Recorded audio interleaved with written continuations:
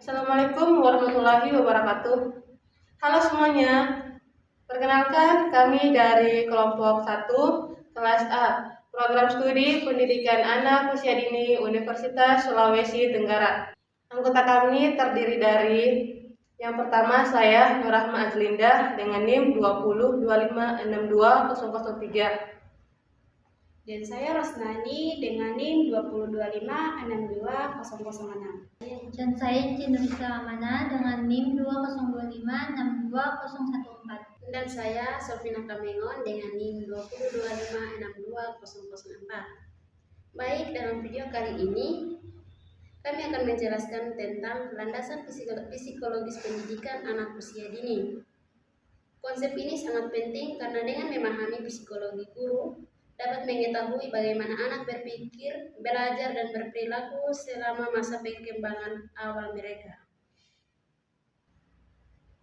Landasan psikologis pendidikan merupakan dasar yang menjelaskan bagaimana proses yang terjadi pada anak.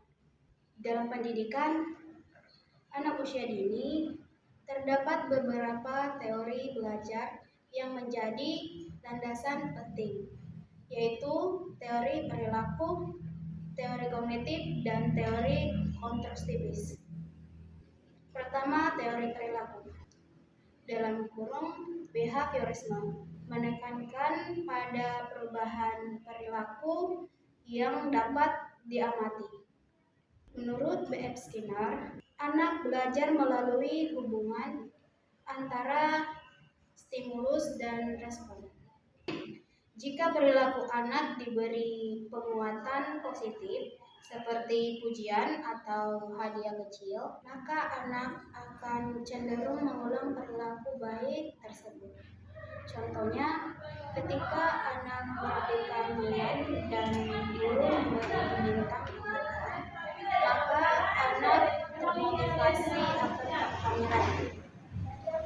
Kemudian saya berikan kepada pemateri kedua. Teori kognitif yang dikemukakan oleh Jean Piaget menjelaskan bahwa anak belajar dengan cara membangun pengetahuan melalui pengalaman. Piaget berbagi tahap perkembangan kognitif menjadi 4. Sensori motor 0-2 tahun, pra-operasional 2-7 tahun, operasional konkret 7-11 tahun.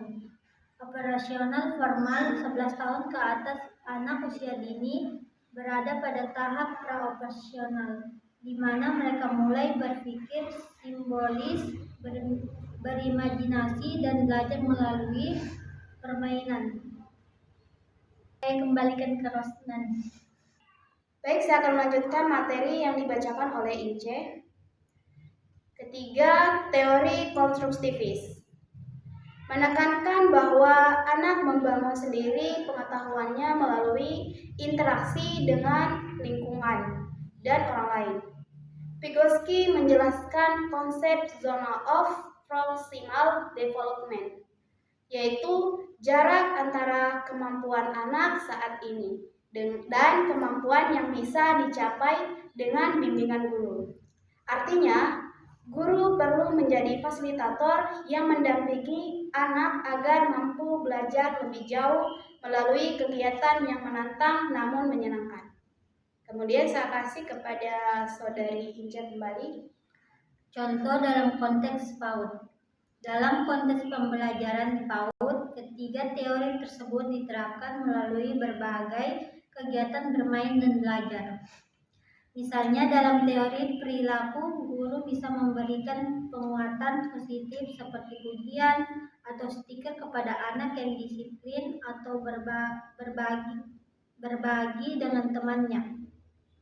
Berdasarkan teori kognitif, guru menyusun kegiatan sesuai tahap perkembangan anak, seperti menghitung, menggunakan balok, bermain peran, atau mendengarkan cerita untuk menumbuhkan daya pikir dan imajinasi.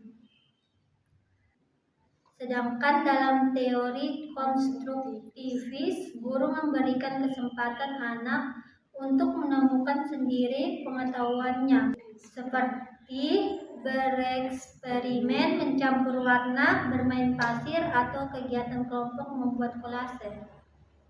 Selain itu, guru juga perlu memahami gaya belajar anak, yaitu visual learners, belajar lewat melihat, auditory learners, belajar lewat mendengar, dan kinesthetic learners, belajar lewat gerakan dan pengalaman langsung. Guru juga harus memahami teori motivasi bahwa anak lebih mudah belajar jika merasa senang, diterima, dan termotivasi dari dalam dirinya sendiri. Oleh karena itu, suasana belajar di PAUD harus menyenangkan dan penuh semangat. Baik, selanjutnya akan dibacakan oleh Nur Rahma. Dalam penerapannya, tentu ada beberapa tantangan. Setiap anak memiliki perbedaan dalam gaya belajar, tahap perkembangan, dan motivasinya. Guru harus sabar dan kreatif dalam menyesuaikan kegiatan agar semua anak bisa berkembang sesuai dengan potensinya. Baik, selanjutnya akan dilanjutkan oleh Solvina Kamengon. Kepada Solvina Kamengon, saya persilahkan. Oleh karena itu, para pembuat kebijaksanaan pendidikan perlu memperkuat pelatihan guru PAUD agar memahami teori-teori psikologis pendidikan secara mendalam.